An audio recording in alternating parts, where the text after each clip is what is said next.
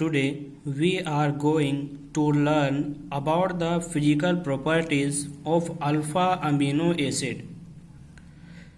We studied in the previous session about the classification of amino acid, and now today we are interested to learn about the physical properties of alpha amino acid. The first point is alpha amino acids are usually colorless crystalline solids with high melting points. मतलब जो alpha amino acid होंगे वे साधारणतः colourless crystalline solid होंगे, लेकिन साथ में उनका जो मेल्टिंग पॉइंट होगा वो बहुत ही हाई होगा. These are generally water soluble.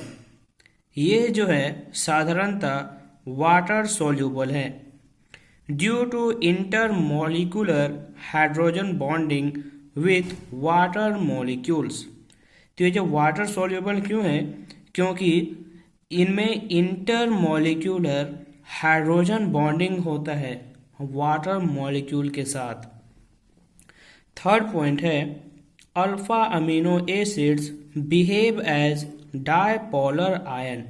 मतलब अल्फा अमीनो एसिड जो होंगे वे डायपोलर आयन के जैसा बिहेव करेंगे due to transfer of a proton from carboxyl group to the amino group in the same molecule.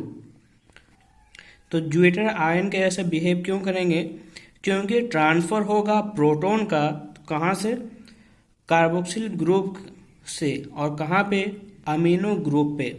मतलब जो H+ आयन है, मतलब प्रोटॉन जो है उसका ट्रांसफर होगा कार्बोक्सिल ग्रुप से अमीनो ग्रुप में इन द सेम मॉलिक्यूल में, जिसके कारण से अल्फा अमीनो एसिड जो है वो डायपोलर आयन या ज्विटर आयन के जैसा बिहेव करेंगे.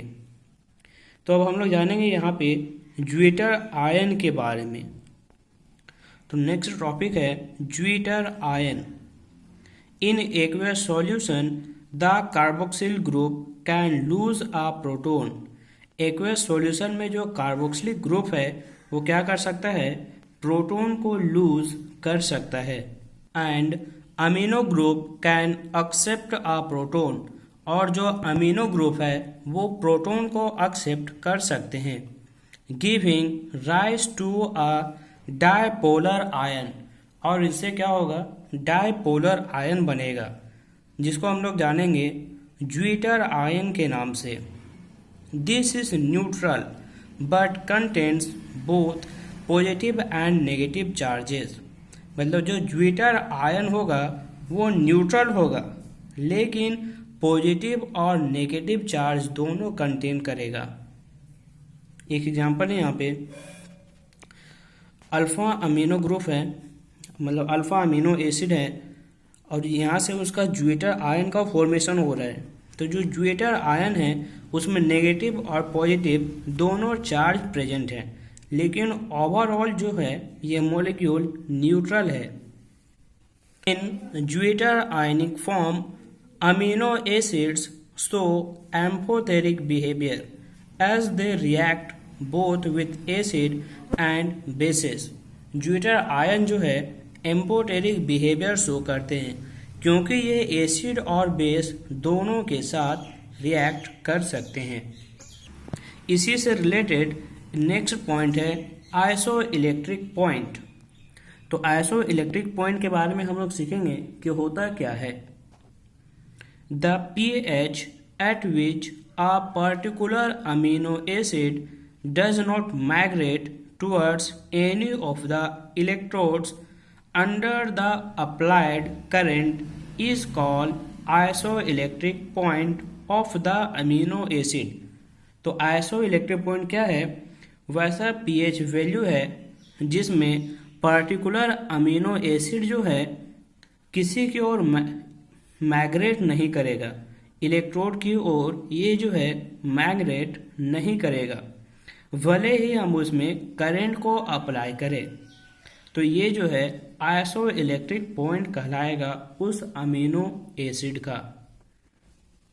कुछ का यहाँ पे आइसो इलेक्ट्रिक पॉइंट दिया गया है, जैसे एलानिन है, ये जो इसका नेचर जो है न्यूट्रल है और उसका आइसो इलेक्ट्रिक पॉइंट है 6.02, मतलब 6.02 pH पे जो एलानिन है वो इलेक्ट्रोड की ओर माइग्रेट नहीं करेगा, भले ही हम उसमें करंट अप्लाई क्यों ना करें। उसी प्रकार से वेलानिन का है 5.97, ल्यूसाइन का है 5.98, प्रोलीन का है 6.10, अस्पार्टिक एसिड का है 2.87, ग्लूटानिक एसिड का है 3.22, लाइसाइन का है 9.74, अर्जिनिन का है 10.70। With the exception of the first member, glycine, all other alpha amino acids are optically active due to the presence of chiral carbon। मतलब एक्सेप्शन के साथ ग्लाइसिन को छोड़ के अदर जो अल्फा अमीनो एसिड है वे ऑप्टिकली एक्टिव है। क्यों? क्योंकि उनमें कायरल कार्बन प्रेजेंट है। Proteins can be classified into two types on the basis of their molecular shape। Protein जो है दो भाग में क्लासिफाई हो सकते हैं, किस आधार पर? उनके मॉलिक्यूलर शेप के आधार पर। तो फर्स्ट है फाइब्रस प्रोटीन। तो when the polypeptide chains run parallel and held together by hydrogen and disulfide bonds, then fiber-like structure is formed. Such proteins are generally insoluble in water। तो जब polypeptide chain जो है parallel run करेगा और held together by hydrogen और disulphide bond से, और hydrogen और डाइसल्फाइड बॉन्ड से एक साथ होगा, हेल्ड करेगा, तब fibre like structure is form. तब उससे क्या होगा? फाइबर के जैसा स्ट्रक्चर बनेगा। तो इस प्रकार का जो प्रोटीन होगा उसको हम लोग बोलेंगे फाइब्रस प्रोटीन। और ये जो प्रोटीन होगा जनरली इनसॉल्युबल होगा वाटर में। जैसे एग्जांपल है केराटिन, जो कि कहाँ पे पाया जाता है? बालों में, ऊन में और सिल्क में। और मायोसिन जो मसल्स में पाया जाता है, एक्सेट्रा। दूसरा है ग्लोबुलर प्रोटीन।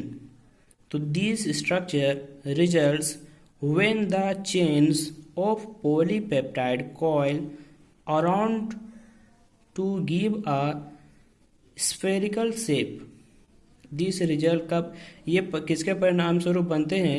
जब chains of polypeptide coil around घूमता है, अराउंड मतलब चारों ओर रहेगा, और देता है स्फेरिकल शेप, स्फेरिकल शेप बनता है। तो ये जो है यूजुअली इसको हम लोग बोलेंगे ग्लोबुलर प्रोटीन। और ये जो होंगे साधारणतः सॉल्युबल होंगे वाटर में। एग्जाम्पल है इंसुलिन, अल्बुमिन, एक्सेट्रा। तो नेक्स्ट टॉपिक है हम लोग का स्ट्रक्चर ऑफ प्रोटीन। तो नेक्स्ट सेशन में हम लोग सीखेंगे प्रोटीन के स्ट्रक्चर के बारे में।